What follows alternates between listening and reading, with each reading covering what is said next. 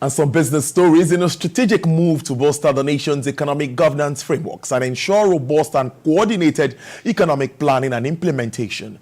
President Bola Tinubu has approved the establishment of the Presidential Economic Coordination Council and the creation of an economic management team emergency task force. In a statement made available to newsmen signed by the special advisor to the President on Media and Publicity, Mr. Ajuri Ngalale, the economic management team emergency task force is mandated to formulate and implement a consolidated emergency economic plan.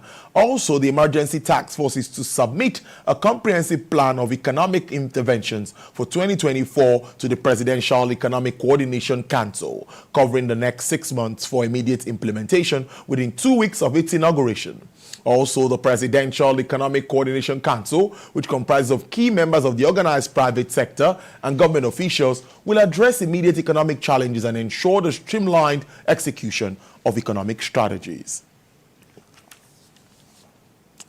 Meanwhile, the Minister of Trade and Investment, Dr. Doris Azoka Anete, has commended efforts by the private sector to scale up local steel manufacturing and local manufacturing of automobiles through the Nigerian Automotive Industrial Plan.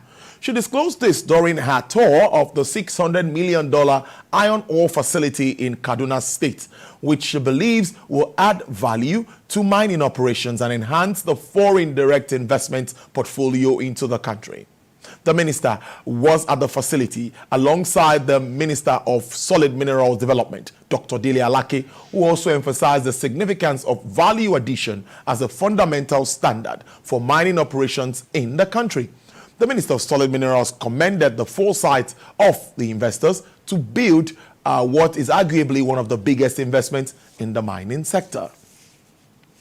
With the Infrastructure Development Fund that was launched yesterday, and also with the Industrial Revitalization Plan of the Ministry, you can only say that the steel industry is about to see a boom.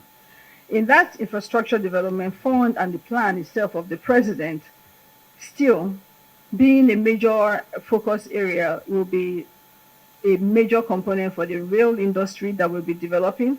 Now, the President in that infrastructure plan has actually opened up the economy to develop and build more roads, more rail.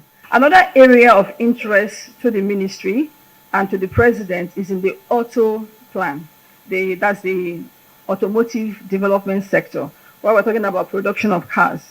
And I was I've been talking with all steel producers and asking them how ready are they to produce component parts for car manufacturing. Particularly very, very happy in so many respects. But the first one is that when I assumed duties August last year and I rolled out my own 7-point agenda for the solid mineral sector of Nigeria, a critical part of that 7-point agenda is local value addition.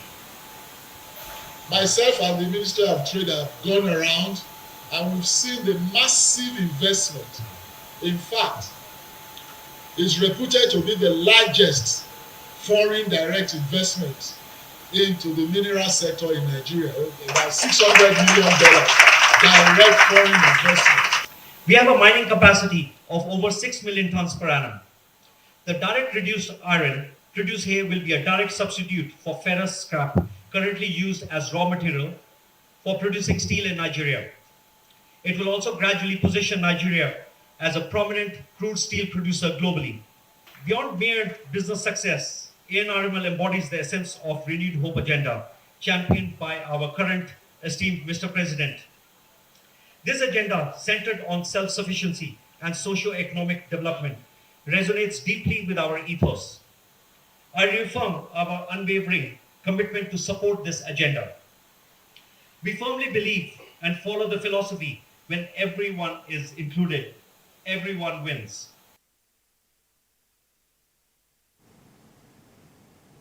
Meanwhile, Anambra State government says it will partner with the Association of Chartered Certified Accountants to build the capacity of civil servants in finance. This forms part of a 3-day workshop with the theme Increasing Capacity for Public Financial Management and Sustainability held in Oka, Anambra State. Bamidele Ajayi reports. Civil service are often regarded as the engine room of any government administration. The absence of adequate knowledge to bridge a skill gap is endearing most government agencies to outsource some of their operations to foreign agencies. At this 3-day workshop in Oka, which is aimed to achieving professionalism in the state civil service, the Anambra State Secretary to the state government rolls out the benefits of retraining of public servants.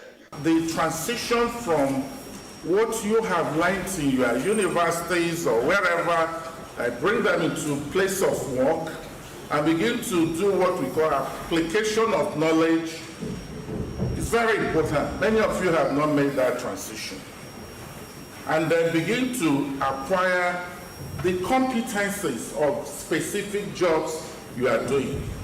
The country head of ACCA speaks on the essence of the capacity building training. Goal and objective is to equip public sector officers with skills required to deliver the objective of government so that citizens can enjoy the impact of good governance.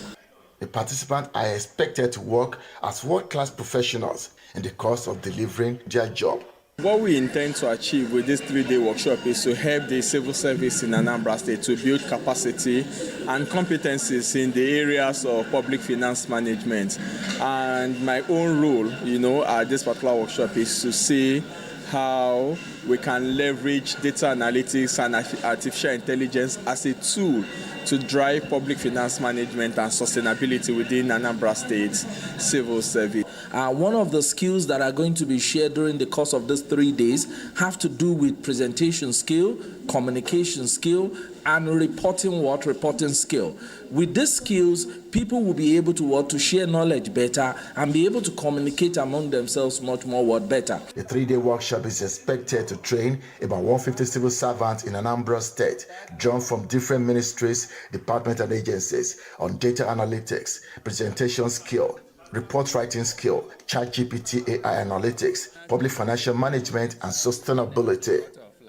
Bamidele Ajayi, TVC News Oka. Well, the stock market closed in positive territory with higher figures and performances coming from various sectors. Effiong has details.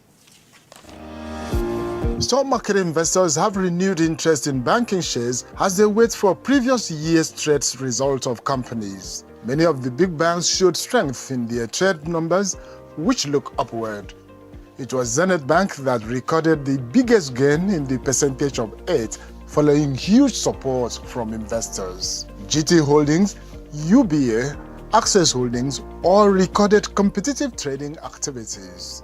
The market performance threw up the index by 3.2% to stress the position of gains. The volume of business on the floor equally increased to almost 500 million units of securities worth over 12 billion naira. Down the line, business losers were First Bank Holding, Transcorp PLC, Transcorp Power, Fidelity Bank, and MTN Nigeria. Analysts in the market say they expect further trade jumps in the market subsectors in the coming weeks. Effiong Ekop, TVC News, Lagos. And crude oil prices slumped today as an unexpected increase in U.S. crude inventory stopped concerns about fuel demand. U.S. West Texas Intermediate crude fell to sell at $80.58 with a downward price review of 1.27%. Brent also experienced a downward price margin of 1.23% to sell at $85.19. Bonnie Light dropped to sell at $88.42 with a decline of 0.11%. And for the OPEC basket, crude dealers are offering $85.43 with an upward price margin of 0.65%. That's business news. Next is Football Tonight. Stay with us.